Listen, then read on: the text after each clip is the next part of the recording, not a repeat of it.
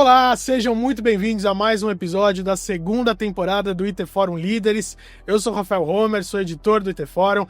Nessa segunda temporada do IT Forum Líderes, a gente traz o tema Reescrevendo a TI. A ideia aqui é conversar sobre como a inteligência artificial já está impactando os times de tecnologia de empresas do Brasil.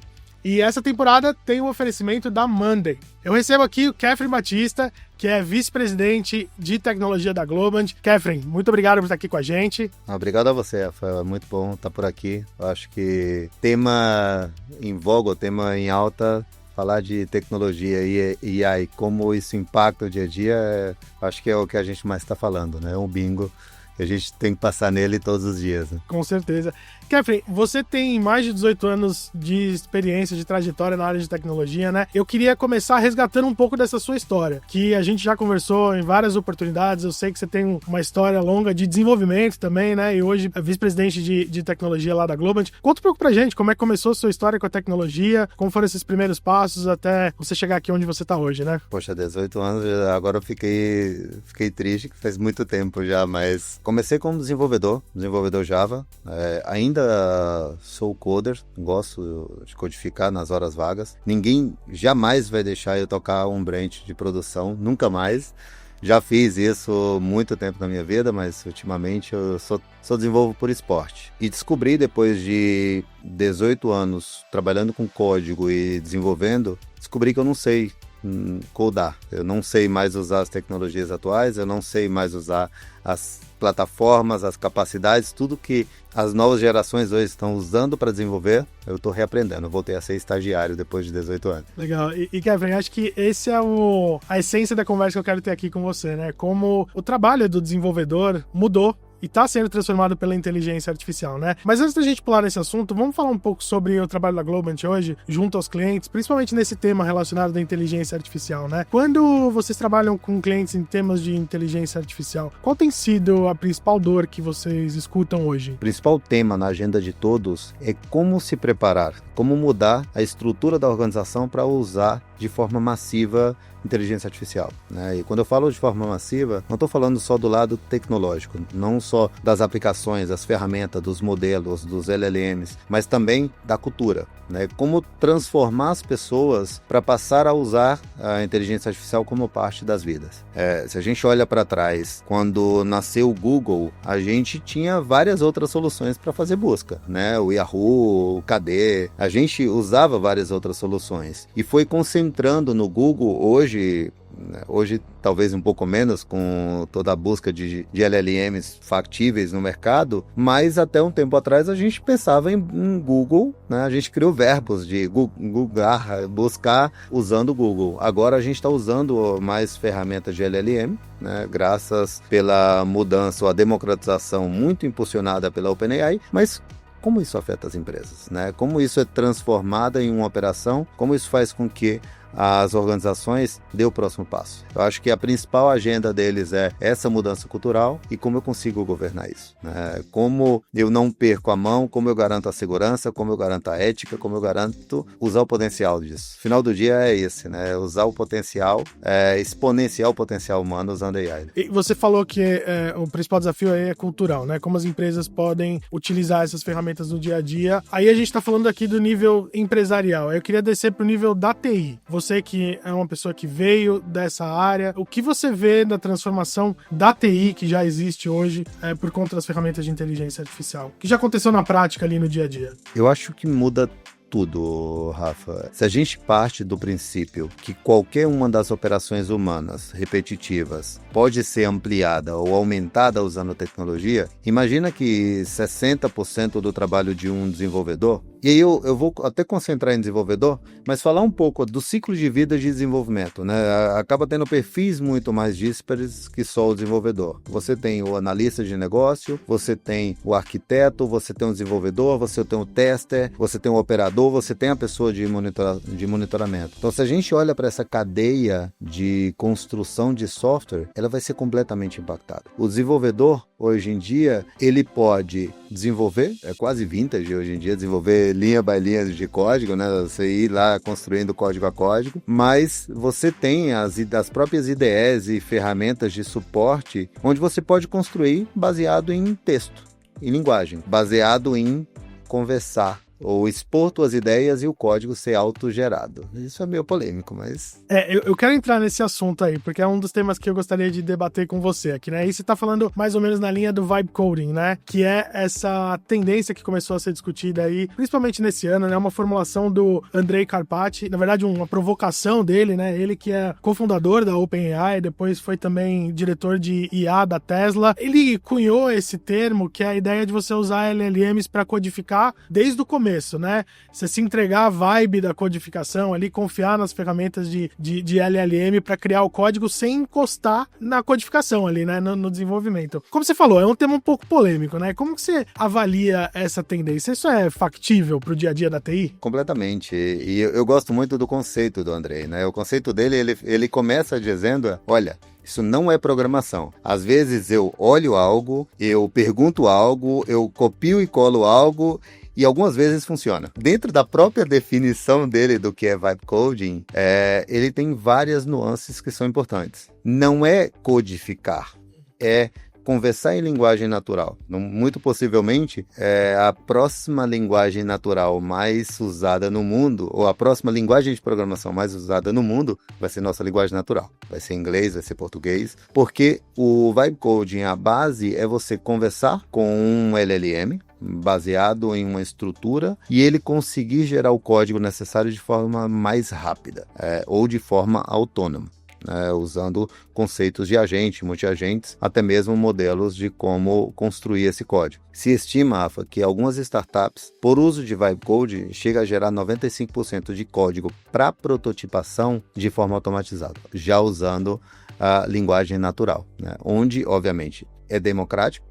Você, qualquer pessoa que não tenha profundidade técnica, ele pode construir um código. Aí é onde mora o perigo, a grande polêmica do vibe coding, que é como você associa ou como você garante que esse código é correto, é confiável, é usável, é seguro. E outra, né? Além de você garantir tudo isso, é muito importante que o técnico que está operando isso, ele consiga orquestrar essa operação. Ele consiga guiar o LLM, porque você tem que saber a pergunta correta, a estrutura correta, e após ele gerar o código, você tem que garantir a construção correta desse código. Você tem que ir lá e ajustar para que ele funcione. E o outro problema é, imagina que tudo isso está bem, tudo está funcionando. Como você faz manutenção disso no futuro? Imagina que você vai fazer manutenção num código que você não criou, você não tem documentação. Se você não pediu para o LLM gerar, ele não vai gerar. Em geral, as boas práticas você acaba pedindo. E você tem que fazer manutenção e evolução disso. Com quem que você faz knowledge transfer? Não existe esse knowledge transfer para algo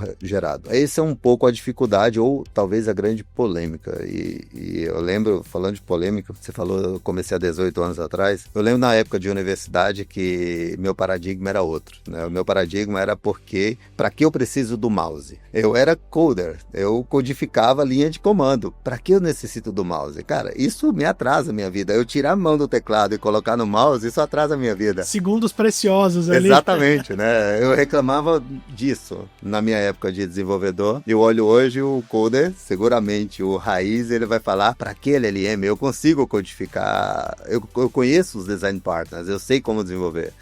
E aí entra a polêmica, né? O desenvolvedor, ele por natureza, ele gosta de construir da forma dele. Ele tem dificuldade de perguntar, e ainda menos perguntar para o LLM, né? Perguntar para o inteligente. Tem uma questão de ego aí também, né? Sem dúvida. Sim. Eu quero aprofundar um pouquinho mais essa conversa, mas antes vamos voltar só para o tema aqui do vibe coding e da utilidade para empresas, né? Você comentou que já existem startups que estão prototipando ali com base no vibe coding, né? Você acredita então que o vibe coding pode ser uma ferramenta útil para esse tipo de aplicação, prototipar, tirar a ideia do papel, e aí depois vem o trabalho da TI mais tradicional ali em garantir que aquele código gerado é efetivo para o negócio, não tem falhas, não tem erros ali no meio, ou ele pode ser algo que também já vai ser usado na produção ali? Quem entender o papel desse tipo de programação, né, dentro das empresas? Imagina, Rafa, que no ciclo de vida de desenvolvimento de software, a gente tem as fases de estruturação. Então, você entende a necessidade do usuário, você cria o backlog, estrutura as histórias, desenha a arquitetura, constrói o código, testa, implanta e opera. Dentro desse ciclo, o Vibe Coding a gente está olhando para uma única camada, que é a de codificação. Para você começar a usar isso daqui, e aí já indo direto à tua resposta, sim, ele pode ser usado dentro de um ciclo de vida de desenvolvimento gigante. Não precisa ser só para prototipagem. Porque na prototipagem ele acelera muito. Empresas como agências, que têm um número limitado de desenvolvedores, eles acabam fazendo de tudo dentro da mesma área. E muitas vezes é um landing page, algo simples, um produto que vai morrer ou ter um ciclo de vida muito curto. Então não adianta você investir todos os design partners para construir a coisa mais escalável e eficiente, porque o ciclo de vida dele é curto. É para um lançamento de produto, para uma operação de marketing, uma ação específica naquele momento. Mas quando você coloca isso dentro de um ciclo de vida de desenvolvimento, o Vibe Code ele pode fazer parte dessa construção. Como? Você precisa derivar responsabilidades para as áreas anteriores e posteriores ao Vibe Code. Então, você precisa ter uma análise mais profunda. Você precisa ter muito mais especificidade para que você possa descrever para um LLM e ele gerar um código correto, atendendo a uma necessidade de negócio. Por outra vez, você precisa um especialista, e aqui sim, eu acho que é uma barreira que a gente vai construir sobre o júnior, o pleno, o sênior, mas você precisa de um especialista que quando esse código, na velocidade que um LLM consegue gerar, garanta que isso consegue ter um nível mínimo de qualidade. E por outra parte, toda a parte de teste, ele precisa estar preparada para atender a velocidade de um Vibe Code, a velocidade de um LLM gerar código. E tem outro que eu deixo aqui que a gente pode falar um pouquinho também, que agora também está entrando o VibeOps, que é a evolução do DevOps. Exatamente. É como, assim, imagina, Rafa, que com um processo ágil a gente consegue entregar 2, 3, 10 releases em um dia. Com Vibe Coding, você consegue entregar 30, 40. Então, toda a tua esteira de DevOps, ela tem que se preparar para esse volume, esse aumento de volume exponencial. Toda a tua esteira de DevOps, todas as automações de teste. O Vibe, eu tô brincando que é o Vibe Everything, né? Ele vai ser o Vibe tudo. Porque as especificações vão precisar ser mais rápidas, o código mais rápido, os testes mais rápidos, a operação disso precisa ser mais rápida. Você precisa detectar esse tipo de falha, e é onde você chega, por exemplo, temas como Zero Trust, onde tudo tem que ser testado exaustivamente para garantir a qualidade e segurança. Kevin, isso me traz uma pergunta sobre... A gente falou agora sobre o apego que alguns profissionais têm com o código ali, né? Esse pessoal que passou a carreira inteira ali escovando bits ali, né? Olhando o código e tal. E assim, querendo ou não, isso gera um conhecimento aprofundado sobre a tecnologia, né? Sobre o formato da tecnologia. E pelo que você está me descrevendo aqui, você tem uma aceleração grande da prototipação, que você pode, inclusive, utilizar em novos produtos ali e colocar na produção, mas você tem que ter uma checagem muito eficiente ali daquele código para garantir que tudo está em conformidade de segurança e tal. Então você tem uma necessidade do profissional com conhecimento técnico da programação ali, que vem de uma trajetória que a pessoa teve e aprendeu, né? Então eu queria te perguntar, qual tipo de profissional de tecnologia que a gente precisa formar hoje em dia? E como a gente pode garantir que profissionais que entram no mercado, já amparados por essas tecnologias de inteligência artificial que podem apoiar ali na programação, seja como copiloto ou seja como um Vibe Coding, tenham esse conhecimento técnico das plataformas para garantir a conformidade, né? Bem, a resposta eu não sei. Eu nasci em outra época, eu estruturei de outra época e eu descobri que eu sou estagiário novamente, que eu estou aprendendo, né? Se a gente para no nosso paradigma atual, é difícil imaginar esse salto, essa mudança entre senioridades diferentes para um profissional de código, né, para um coder. Hoje, a gente precisa complementar nossas capacidades. Se a gente pega pessoas com um pouquinho mais de experiência técnica, ele precisa hoje saber fazer um bom prompting, um prompt engineer correto. Ele precisa entender o funcionamento, talvez não tratar um modelo de LLM, mas ele precisa saber como funciona, para que ele consiga tirar o melhor valor, para que ele consiga fazer guardrails corretos, para que ele consiga diminuir alucinações dentro do processo. Então, ele precisa desenvolver essas capacidades que não necessariamente ele exercitou músculos mentais para isso. Mas as novas gerações, não sei, porque eles estão começando a codificar baseado nisso, né? Eu costumo brincar Minha filha tem 12 anos, né? Explicar para ela o que é um comercial de TV, que ela tem que esperar 2 minutos, 3 minutos, é impossível. Ela não tem paciência para isso. Ela não tem paciência para ver os 30 segundos do YouTube. Ela não tem paciência entre uma demanda e outra. Ela consegue assistir um filme, ver TikTok e falar com as amigas ao mesmo tempo. É um poder inimaginável na minha cabeça. Mas ela faz. Então eu não sei qual é a capacidade que os desenvolvedores novos vão adquirir e a velocidade que eles vão adquirir comparado aos tradicionais. Eu me encaixo nesses dinossauros tradicionais de código antigo, que a gente tinha uma sequência linear de aprendizagem, né? Que isso eu acho que nunca vai acabar, Rafa. A gente precisa ter uma base teórica combinada com a prática para que a gente chegue ao próximo de uma perfeição, ou pelo menos a especialização de algo. Eu acho que essa é a grande dúvida hoje que nos paira, né? O que nos resta é criar caminhos ou criar sinapses de conhecimento que combine um profissional, que ele consiga trazer esse background técnico tradicional, que vem desde a lógica básica de programação, de ciclos, de relação de dependências, de ifs, combinada com um bom prompt para conseguir validar o resultado de um LLM. E qual você avalia que é o papel das empresas aí? Elas têm que apoiar esses profissionais nesse desenvolvimento? Tem uma responsabilidade aí também? Eu acho que papel e responsabilidade das empresas nisso, Rafa, é crucial. Somos os habilitadores. O primeiro habilitador do ser humano é a necessidade, né? Qualquer coisa que a gente faz com base em uma necessidade. E as empresas têm uma necessidade de sobrevivência por natureza. A empresa só existe quando ela é estável e tem crescimento, né? Uma empresa que ela vai decrescendo, ela vai deixar de coexistir em um futuro muito próximo. Então, ela tem a necessidade de fazer isso. Ela tem a necessidade de ter mais velocidade. Ela tem a necessidade de ter melhor time to market. Ela tem a necessidade de ser mais eficiente. Essa necessidade cria a base para que ela possa formar essas pessoas. Ou dar a linha base.